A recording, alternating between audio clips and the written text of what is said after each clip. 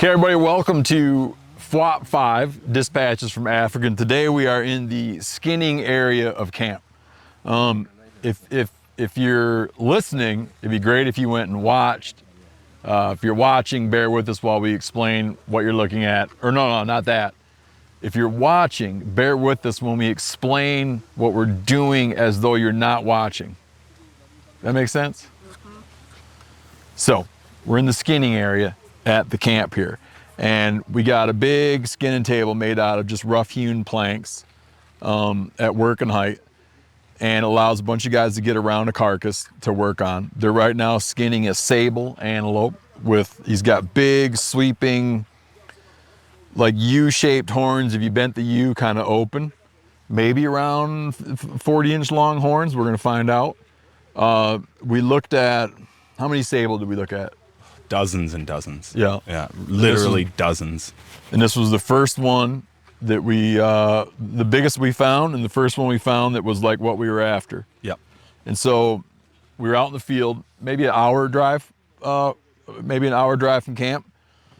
And because we weren't going to stay out hunting, we were able to drive in a lot of the places you can get a truck to. It's amazing where all you can get a truck if you really want to get a truck there. Oh yeah, absolutely. Around here. Yeah, we can cut a little makeshift road if we have to. So we were able to get a truck right into where we killed the sable. What would you say the sable weighs? Yeah. 4, 5, yeah, something in that range. Got it right in the back of the truck whole because we knew we could come back to camp. Now sometimes when these guys are out hunting and maybe they get way far away from camp, because it's nothing to get 30, 40 miles from camp. Oh, it's nothing. Yeah, not at all. So if you get something and you want to continue hunting, they might skin it and put it in a big bucket of brine. Correct. Right? Yep, absolutely. But today, this is the last thing we were after today. We came back home, and so we bring it home, and then we got the guys that are here to skin.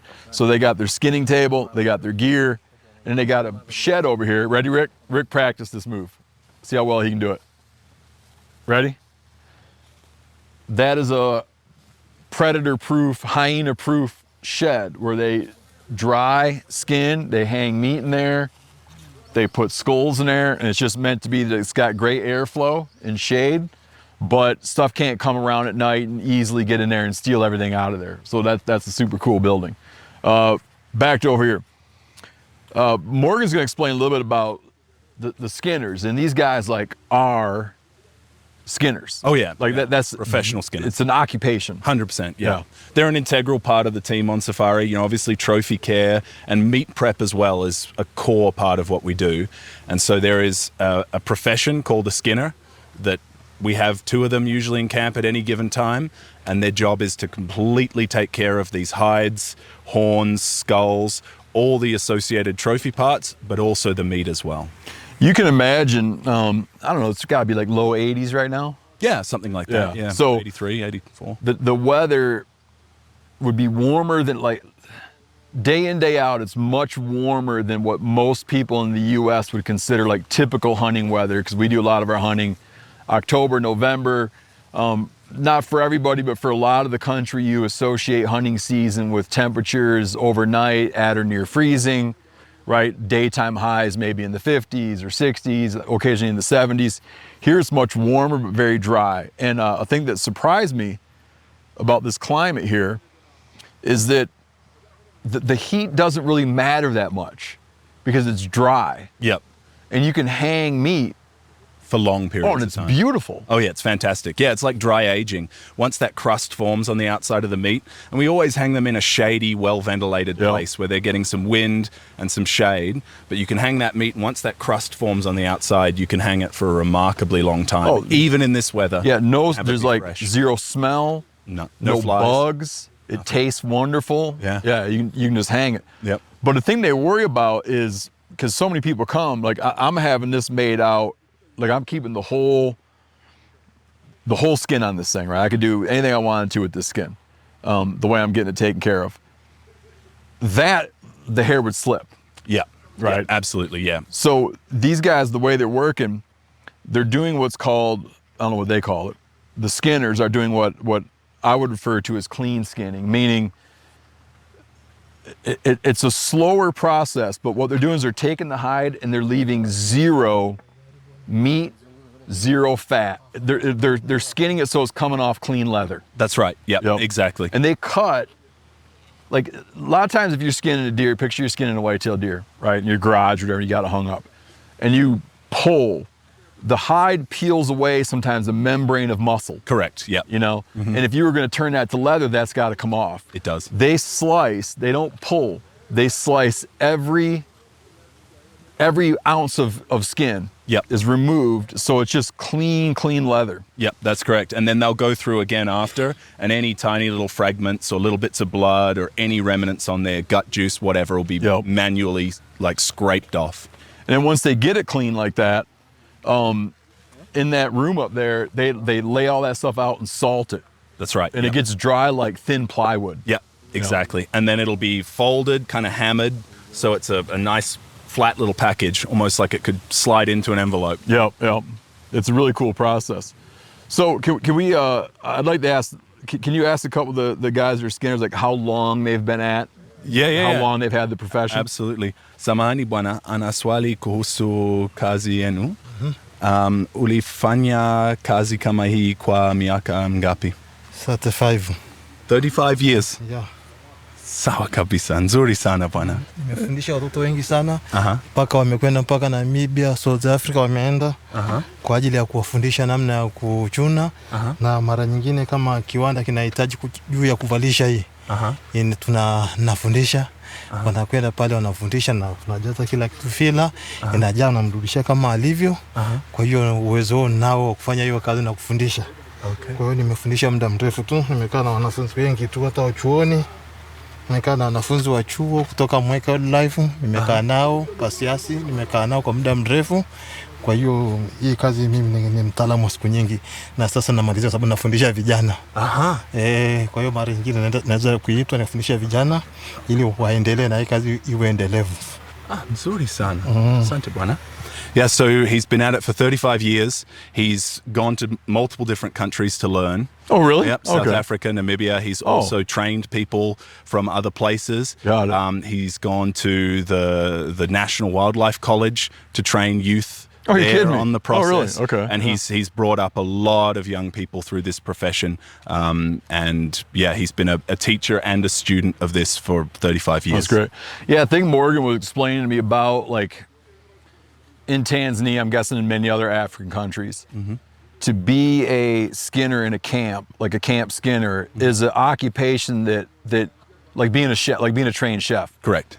You go to one restaurant, you can walk into another restaurant, lay out your credentials. Absolutely. Right. And so it's like a skill set that you could take to another camp and get a job or you know, move around a little bit and come in and present your credentials and get hired, right? For sure.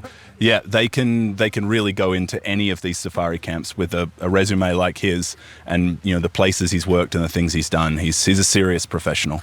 I mean, there's no doubt about it. This is a real trade.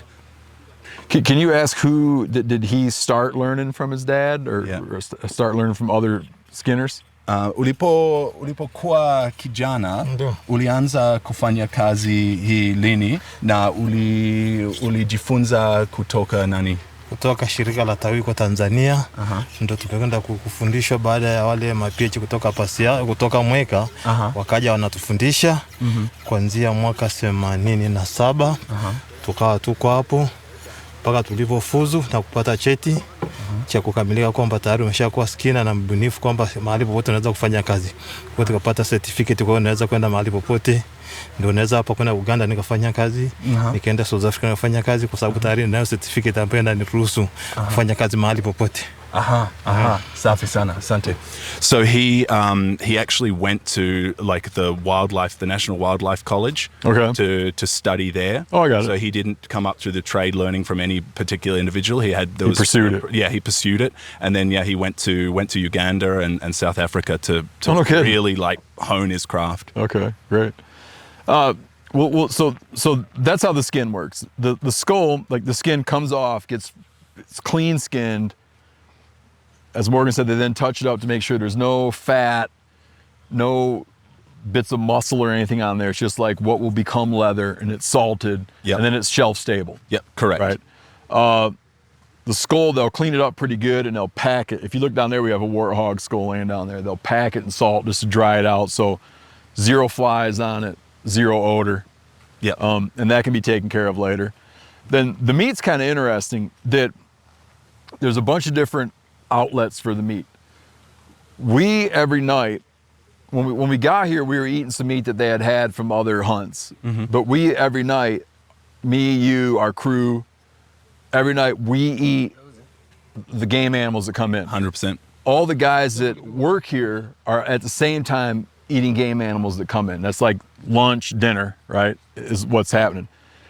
When something big comes in, like we came in with a buffalo, and I'm assuming some of this, if there's plenty to go around for everybody, guys will kind of divide this out, and you might come in and hanging on these trees might be different joints, shoulders, hams, whatever.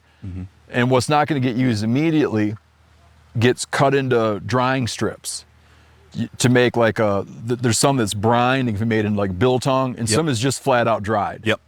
And guys will save up bags. So a couple days ago, we took a trip into town, and one of the guys that works here brought back to his family in his little neighborhood, brought back like a sack of the dried meat, which is rehydrated. So picture that you're cutting meat. It's kind of like, I'm trying to think what would be the size, how you describe the size of the strip. Yeah, it's sort of 8 to 12 inches long, potentially a little longer. Inch by depending on inch where it square. comes from. Yeah, inch by inch square, exactly. And they hang it up. It's not seasoned. It's hung and dried. Yep. And then throughout the year, they say it lasts. One of the guys told us that he'll eat it for 6 months. Yep.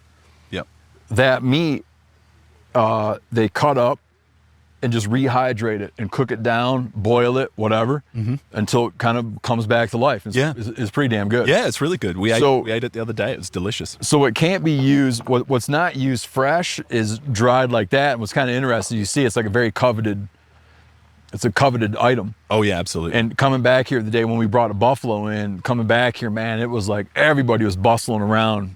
Yeah, there's a lot of energy dried up. getting it prepared before it goes bad so they can start building up their stash to take back to the village at the end of the season or throughout the season, depending on where they live. Yeah, the tail, a lot of these animals, unlike in the US, a lot of these animals have a big tail. Yep.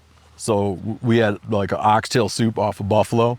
The tail on this is pretty small, but there's some pieces on there. Liver, we see that get consumed. We've eaten and watched guys eat heart. Yep. They take the stomach and empty all the grass out of the stomachs, rinse that out, cut that into maybe 1.5 by 1.5 squares. Yep. Cook that down. Yep, that becomes a soup or a stew. When we left, like one carcass that we did in the field, we cut it up in the field. When we left, there was the stomach contents laying there. Yep. And some intestine. Some intestine and some lungs. That's it. Yeah, and Morgan said sometimes that intestine comes home. Yeah. With this one being here, I wouldn't be surprised. Sometimes you'll see they'll make like a sausage where they'll stuff a lot of things like heart, liver, kidneys chopped up into an intestine and kind of roast that over a fire. Got it, yep. And Morgan commented on when some intestine was left there, Morgan commented on it, and one of the guys said that he's doing that so that the hyenas will be happy. Yeah, he was like, we'll leave that for the hyenas. Yeah. But other than that, man, that stuff gets eaten down. Absolutely. Yeah, the meat recovery here is exceptional. And even all the bones and that'll go into soups and broths. What I found was interesting about when we gutted one in the field, so they want the stomach to eat, so they dump all the grass clippings out. And it's just like wet grass, Yeah. And it was funny because in the end, you work on a carcass and your hands, your tools get dried blood on them. Yeah. In the end, everybody goes up to that stomach contents. Yep. And use it because it's abrasive. Yeah. Rinse their hands. Rinse get their everything tools. clean. Get all the tools clean, and then when you run water over it, just everything sloughs off. Yeah. You're like, it's like you come out of the shower. Yeah, absolutely. Yeah, so even that gets used. For sure. Yeah, it really works. That was cool to see. Morgan, do you mind asking the guys some of their impressions of like what they like to work on, what animals they when it comes in they're like, oh no, not one of those, or what might come in they're excited to work on, Yeah, absolutely. Samahani bwana, unaweza kusema tena tafadhali? kwa sababu ni kazi. Ndio. Tumeshazoea kila mnyama anayekuja, sisi hatuna wasiwasi na yeye. Kwa sababu ni kitu hatari, material yako kichwani, hata ukiamka kwenye usingizi. Unaambiwa unachuna tembo, unajua naanzia wapi unamalizia wapi. Kwa hiyo wanyama wote tumeshaona kama kawaida. Sawa kabisa. Ni sawa kabisa. Hawana shida. Ndio. Kwa sababu ni kazi kama kazi nyingine. Asante bwana. He says that he doesn't really have a preference. It's work. He takes it all seriously. He takes it all in his stride. It's all the same. Even big things like elephants, they're a challenge, but he just goes ahead and does his job. Got it. I would not have answered that way. I have things and I'm like, oh, not one of those. No, I mean, again, it's just testament to the professionalism. Yeah, no, I got it. These guys have a real drive about doing their job well. Yeah, no, I understand. Okay, is there anything we missed or anything you'd like to add about the skinning end of the business? No, I think we've covered it. Again, just massive respect for the skills that these guys bring to our company. And we really value their efforts, value their work, and so do our clients, because their trophies come home in impeccable condition, and then all the meat that's used in the camp is in great condition too. So it's a serious job back here. Yeah, I've picked up a few pointers just watching them, man. Yeah. You know when you're looking at someone that knows what they're doing. Oh, for sure. And again, basic gear, no Havalon knives or any fancy razor blades. They just keep their gear really sharp, really well looked after, and know how to use it. One of the things I like is instead of a sharpening steel, you're just doing knife on knife as a steel. Yeah, exactly. Knife on knife, and then every now and again, the stone will come out. Yep. All right, well, thank you, man. Absolutely. Thank you. Well done on the sable.